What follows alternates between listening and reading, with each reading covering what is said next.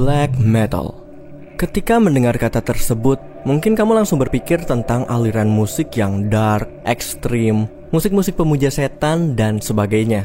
Dan hari ini, kita akan membahas asal-usulnya dalam Misteri Malam Black Metal bagian 1. Kisah tragis Mayhem dan Per Ingif Olin.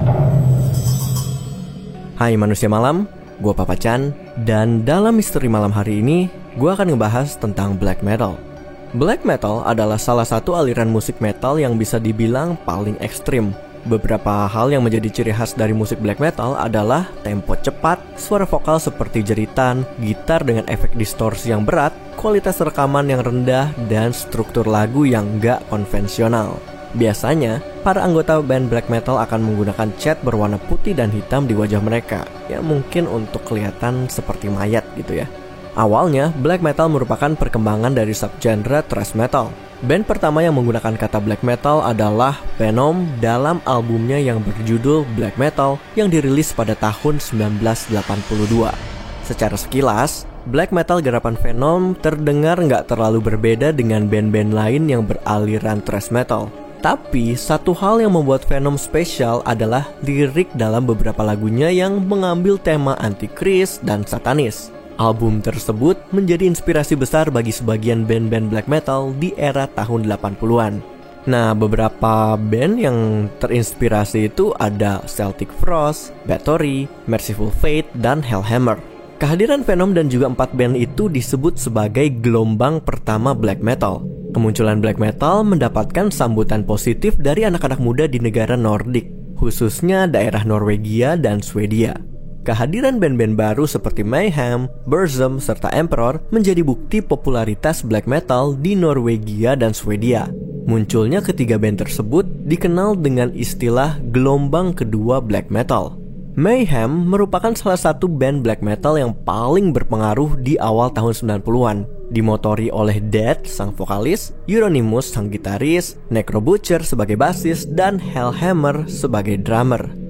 Mayhem berhasil mencuri perhatian warga Norwegia. Tapi, reputasi Mayhem gak selalu positif. Salah satu hal yang membuat Mayhem menjadi sangat terkenal adalah aksi bunuh diri Death pada tanggal 8 April 1991. Death mengakhiri hidupnya dengan cara menembakkan sebuah shotgun ke kepalanya. Tapi sebelum melakukan aksi bunuh diri tersebut, Death emang sering menyakiti dirinya ketika berada di atas panggung.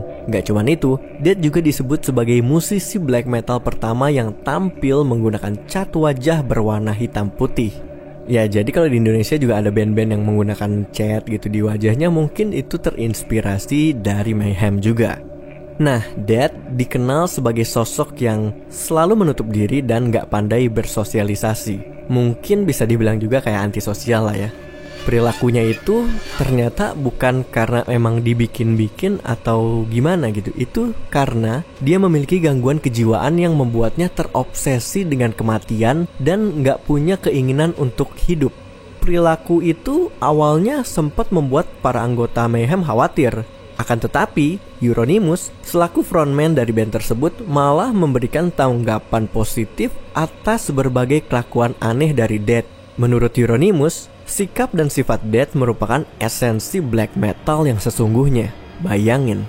Pada akhirnya, Death mengakhiri hidupnya di usia 22 tahun.